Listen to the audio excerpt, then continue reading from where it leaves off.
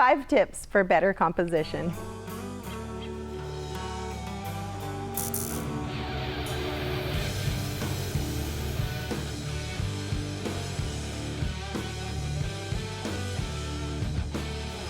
All right, welcome back to Photography After Hours.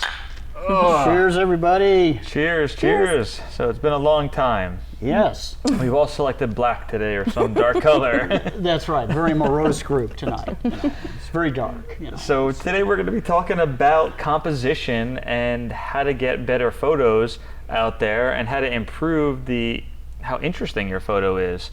So we had a couple different scenarios that we want to chat about and hopefully improve and make you think about something out there. So one of the main things, I guess, is foreground. Sure, definitely foreground. You want to have layers to your photo, and it doesn't matter. Like Shrek layers? Like what? Shrek layers? Like onion layers. No. So it becomes more beautiful as you peel the layers away. It really doesn't matter, I don't think, what you're shooting, whether you're shooting an iPhone or a film camera or a digital DSLR camera or anything like that. You want to compose it with some interesting components that give your image some depth. And so the first in the main layers would be your foreground, and then your midground and your background. Yep, I think that's important. We were out light painting last night, and we built the shot with light painting. So we would light up the windows of the building first, and then take a shot. And then everyone's like, "Well, what about the rest of the building?" I'm like, "Well, we're building the shot." You know, with light painting, you can build it, but it's the same principles. When we go out and take a sunset, like you were saying, you know, you're waiting for the sun to come up, and you kind of find all the elements you want in the shot. Well, and it also gives you a point of reference, because if you just take something in the distance, you know, it's kind of nice to have something so you feel like you're walking into the picture. So if you're taking a landscape or something like where you're at, you don't just have this house, because you get some sense of place.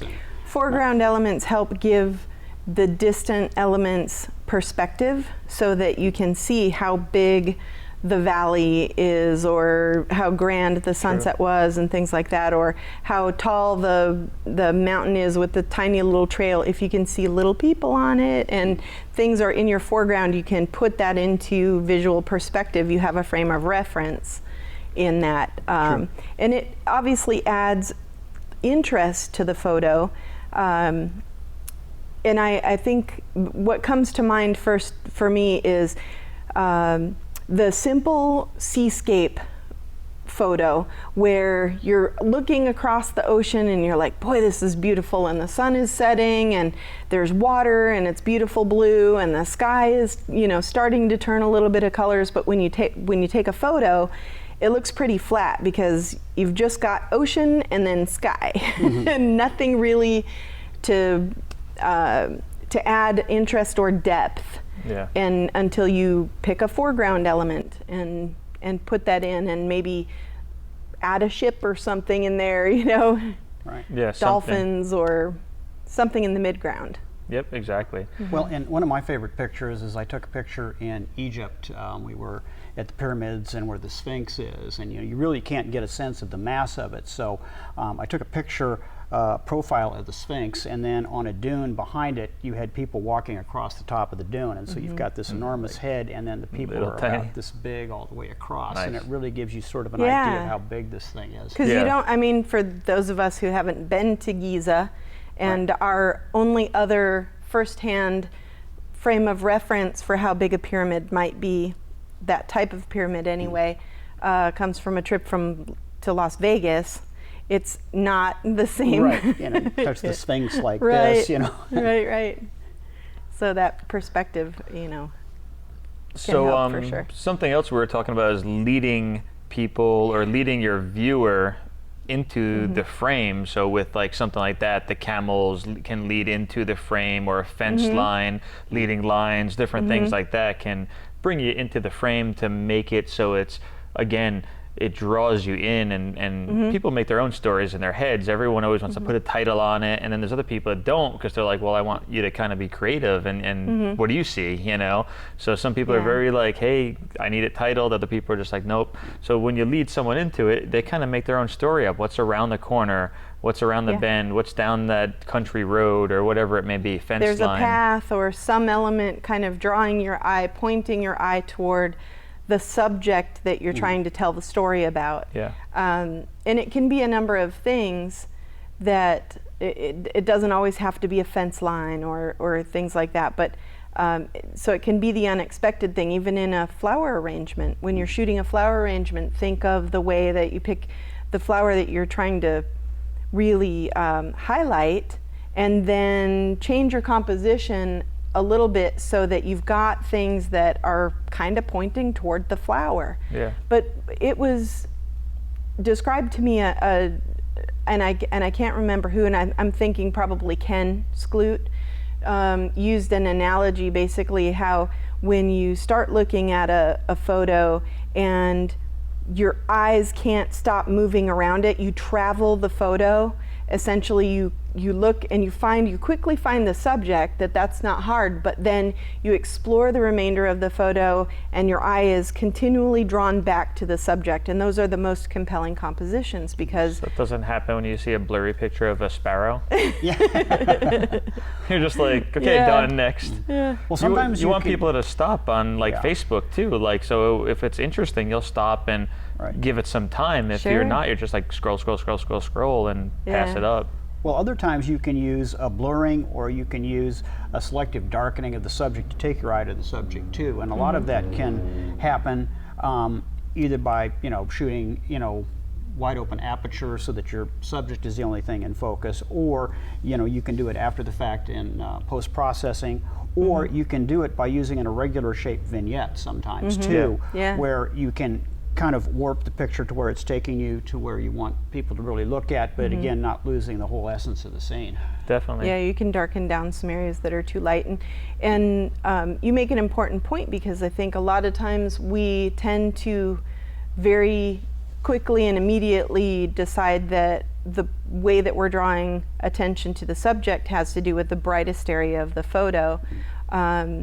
Or the area in focus, the sharpest focus, right? So we think depth of field and we think brightness, and sometimes we don't think in terms of contrast or in saturation. And vibrance and saturation really is an eye catcher, and sometimes if you've got distracting background elements, you can selectively desaturate, gently desaturate some things that may be drawing your viewer's eye away from the subject that you want to look at. Well, yeah, stuff leading into our next point is cluttering, and sometimes there'll be something behind someone's head that's too bright, or just something that you can't really prevent, and you didn't see it on the little screen, a color or something like that. And I've done that. I've desaturated, like I have a beautiful picture of the Brooklyn Bridge, and there was construction signs that I couldn't see when I was taking the picture in the rain, and they were orange, and I zoomed all the way in and saw them, and I highlighted it, and I just took the color out of it. So then there's still construction signs on there, but they're not orange now. They're matched the rest of the bridge. So different little elements like that. But just in general, we were talking about decluttering your shot. Like, simplicity is kind of a thing with me, like the lone tree, is a great composition, rule of thirds and lone tree, and it just, boom, says everything it needs to. You don't need to have like a donkey, a lone tree, a fence, a mountain, it kind of takes, and clouds, it just takes away from it sometimes. We've joked about the Southwest photo of the howling coyote and the almost ready to strike silhouette of the snake next to the perfect saguaro with two arms and the setting sun and a lightning bolt and a it's like a postcard going on. Yeah, like, really? Well, the other thing is that, for example, with a street scene or a landscape or anything of that nature, sometimes you need to take a look and see, you might have a trash can in there, or a ladder, or a car that isn't very interesting, like a utility van, and so you're setting up and you're shooting, and you've got a very interesting subject, but this thing is so much of a presence it just destroys the shot. So a lot of times it's a matter of getting in and framing it up first, and making sure that that element isn't in there. And The other thing that you can sometimes think about is that sometimes you're going to have some elements, cans and stuff that are in there that are really easy to clone out. Yeah. And so I wouldn't necessarily not take the shot because of that. But the big stuff, the trash cans where there's something behind it that's part of the scene, or a big car, it's really hard to correct it. Just, so it get those clutters out of the way right away. Yeah, it just eyesore, it clutters it. It's just, again, stop sign that you may not want in there. Just, Right. A little twist, you can crop it in the camera, so you Right. don't have to do it later. So definitely. And we were talking about street photography in general, and how sometimes you look, or maybe even more often than not, you're looking for an aesthetically pleasing street background scene, and then kind of watching how things happen and then capturing those moments. Tell us more about your technique in terms of street photography and travel photography. Right. Well, it's, again, getting back to taking out the distracting elements, you do that first. And sometimes that involves stepping out in the street into traffic and getting yourself run over, which is lots of fun. Hey, you get to learn the local language. You learn that, what FU is in Spanish. It's like, all right, chill. But the things that you want to take a look for is, big things that are hard to clone out, and then get something that's interesting in the background, maybe a business, or, an unusual door or something like that. And the other thing is to take a look at the light that's coming into the scene too, because you're taking a picture of a car or something like that, or a person. You might have an interesting scene, but the person might be in a shadow, or part of the car might be in a shadow, and then it's really difficult to bring it back to life. Balance when you the do that. light. Yeah. So, I see. and we were shooting a street scene in Cuba, and the sun was setting, and you get this amazing refracted light that comes up the streets and alleys because they're very narrow, and you get this really bright sunlight. And we thought, boy, wouldn't it be cool to just get that exact light and just get one of these old cars coming through it.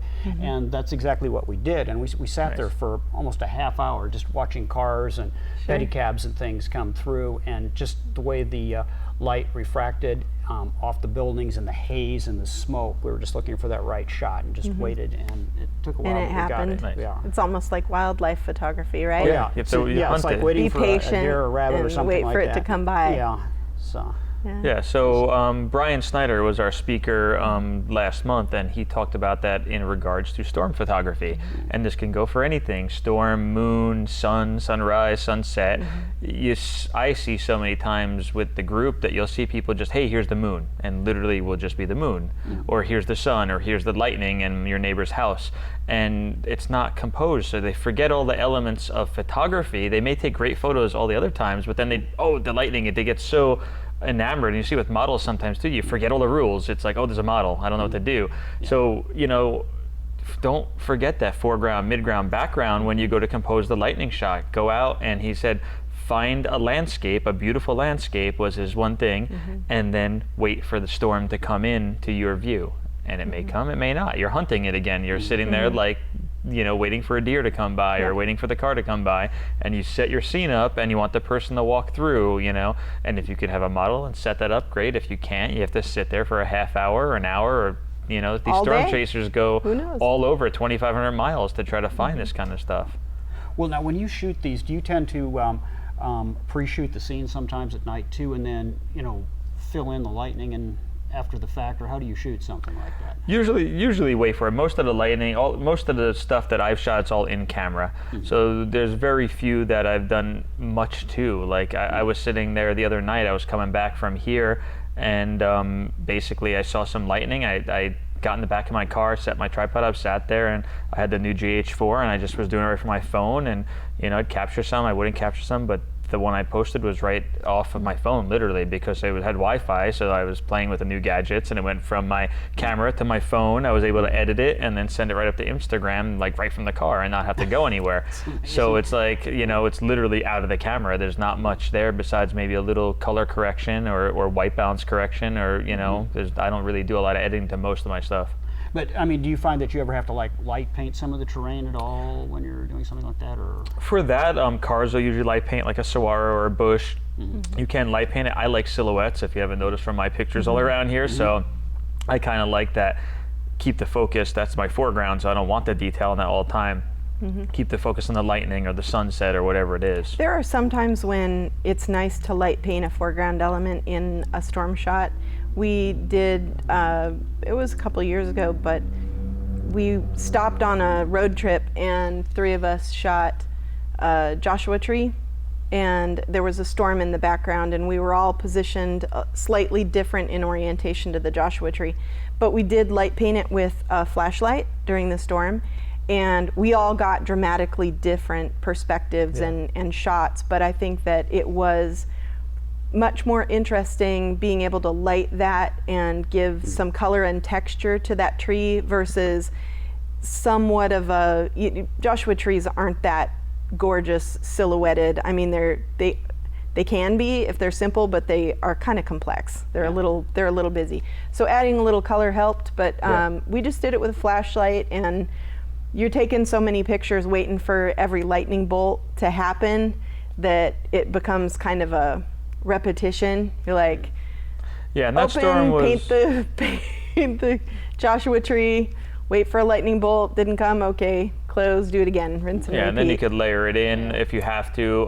But that storm was far away also. A lot of the storms aren't that far away. That was miles away from us. And you could see, because in that picture, talking about context, you could see the high tension wires were like this big, which we left in there. Usually I'd clone that out, but I left them in that shot because it shows how enormous the storm was. Yeah, and in my shot, and I think possibly yours, I have headlights and taillights of the cars on the highway. Scott's also didn't. streaking through. Scott had the sky, we had the road, and we were only about a foot apart. We were no further than this apart. And got 3 totally different shots. So in wrap up, we wanted to also tell you, we're not going to get into this in this episode, but don't forget about all the rules. Rule of thirds, the leading lines, and all that kind of stuff. Again, if it applies to the shot, use it. It's guidelines. They're not steadfast rules all the time, but go ahead and use those for your composition. So we will see you next time on Photography After Hours, and check out everything and subscribe. Cheers. Cheers, everybody.